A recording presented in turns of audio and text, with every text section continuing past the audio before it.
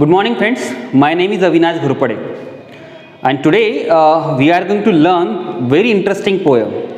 Before learning this poem, I want to show you something. See, you can see this picture. Are you able to see this? Yes. This is Sushant Singh Rajput. The entire world, across country, people are talking about him. This is a Bollywood actor, recently died, committed suicide. So my question is that a person who has secured everything in his life, who has a good look, who has a fame, money and everything, still he committed suicide. The questions, there are numerous questions in the people's mind now. Why did he commit suicide? And nobody, has answers of this question.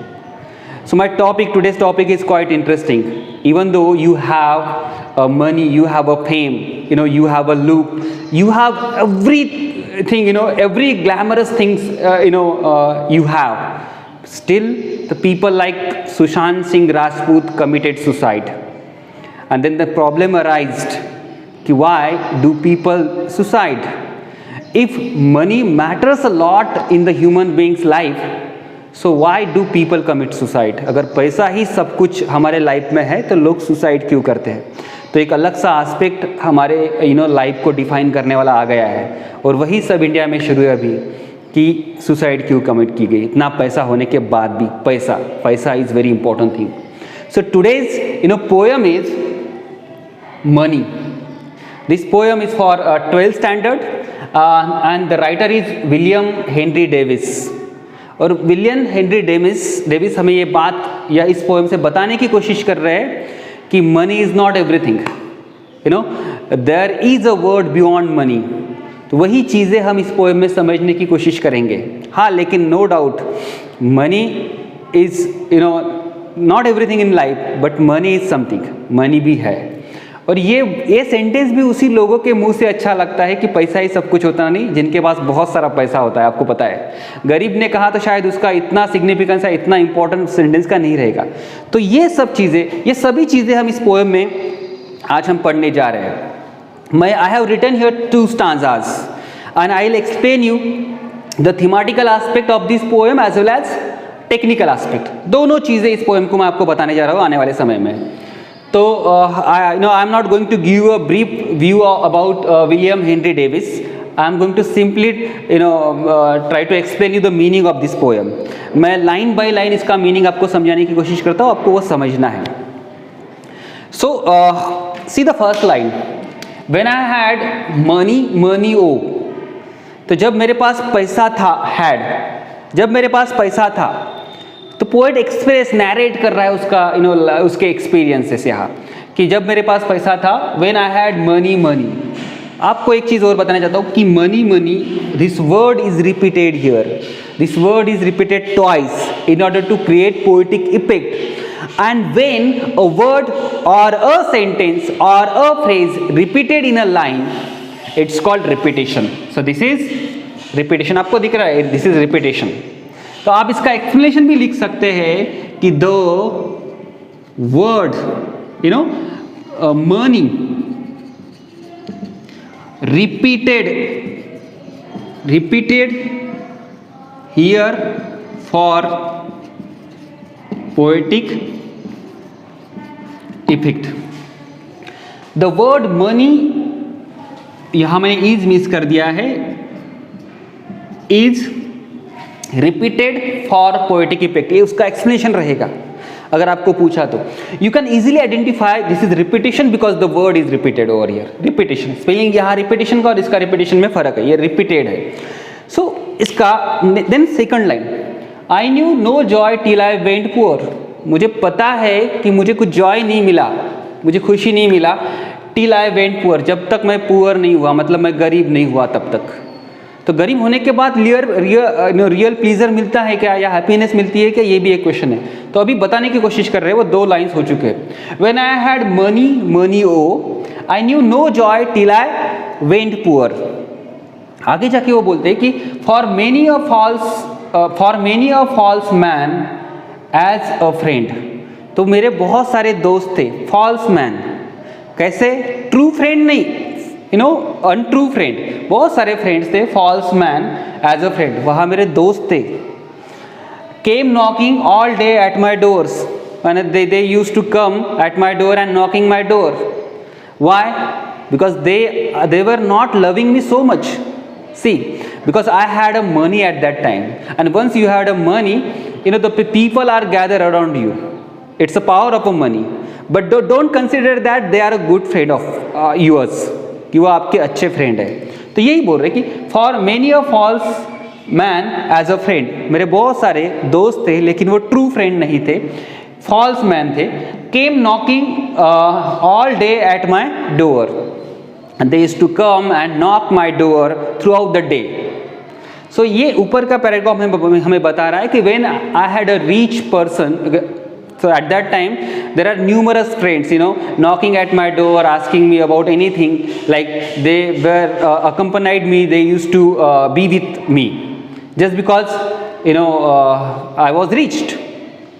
तो यही ये 4 line में बताने की कोशिश की गई है। यहाँ जो फिगर ऑफ स्पीच यूज की गई है वो onomatopoeia. Onomatopoeia, most of people called is onomatopoeia, onomatopoeia. और वो जो है नॉकिंग, नॉकिंग का मतलब क्या होता है दोस्तों? Knocking means this is knocking, it's a sound, and whenever sound refers in a sentence it's a ओनोमोटोपोई।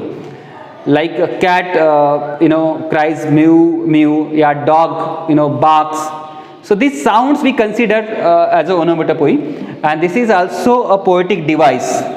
Okay, so I have explained you here 2 devices used are employed by the writer, the poet. I have also written here the difficult meaning you can see. Now coming to the next stanza. See, you know, am I visible to you? मैं दिख रहा हूँ आपको? Okay, see the next stanza. Are you able to read this? Then I failed. मैं इस side में हो जाता हूँ. See.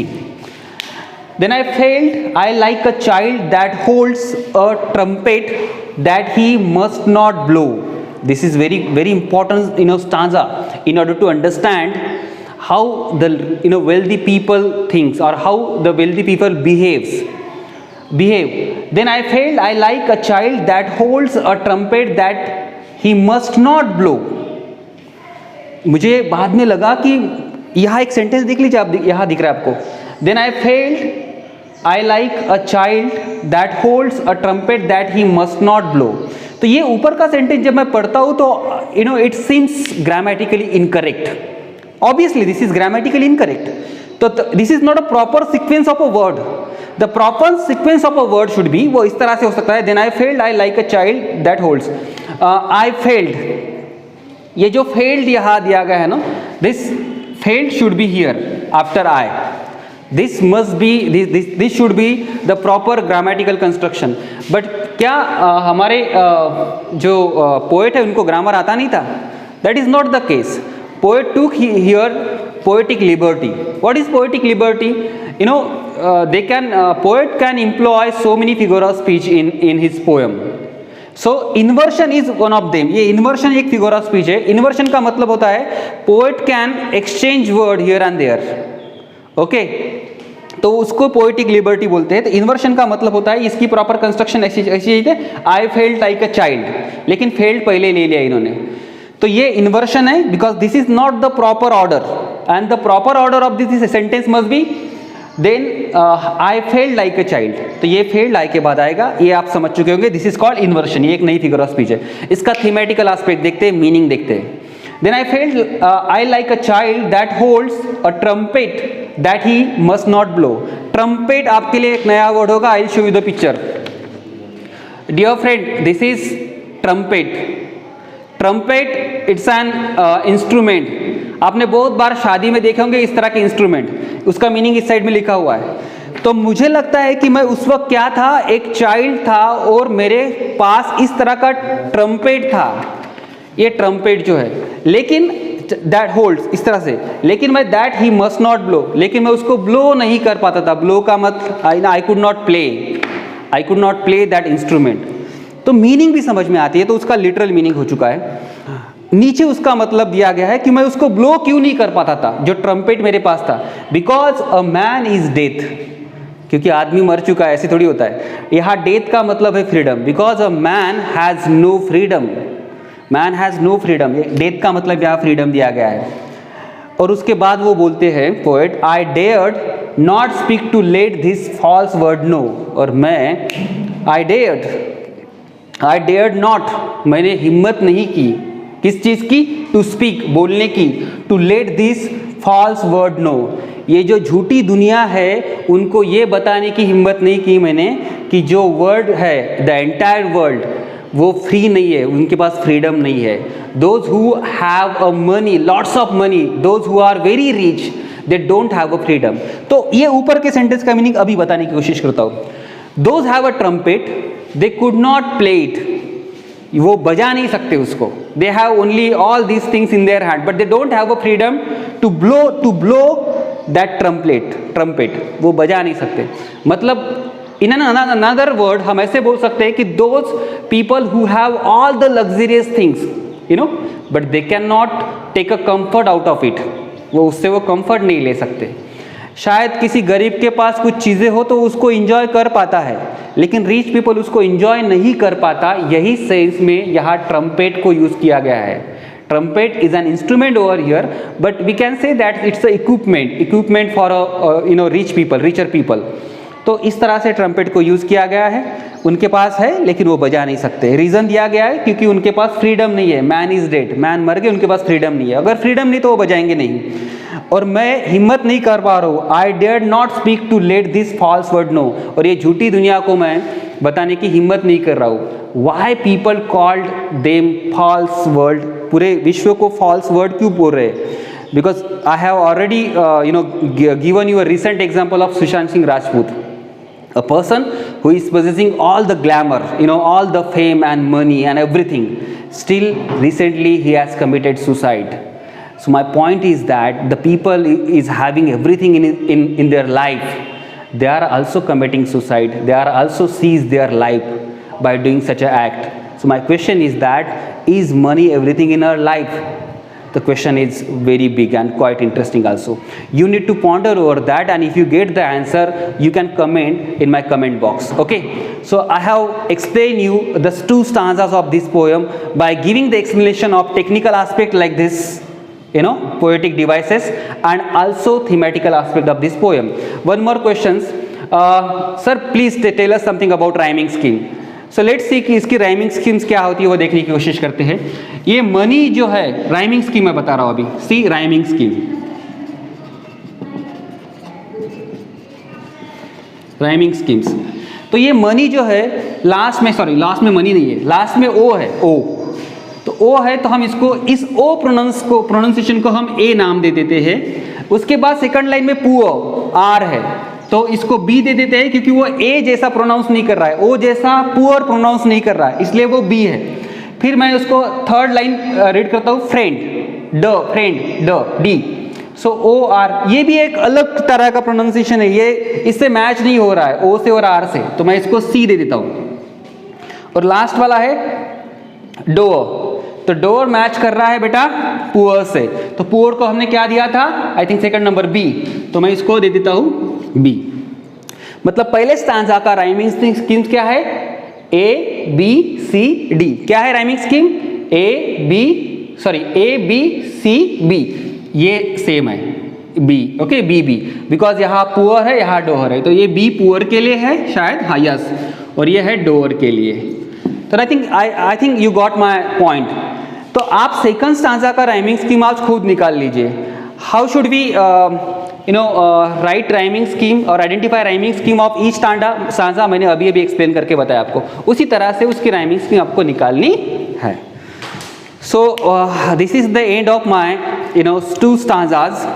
We will see also remaining stanzas very soon.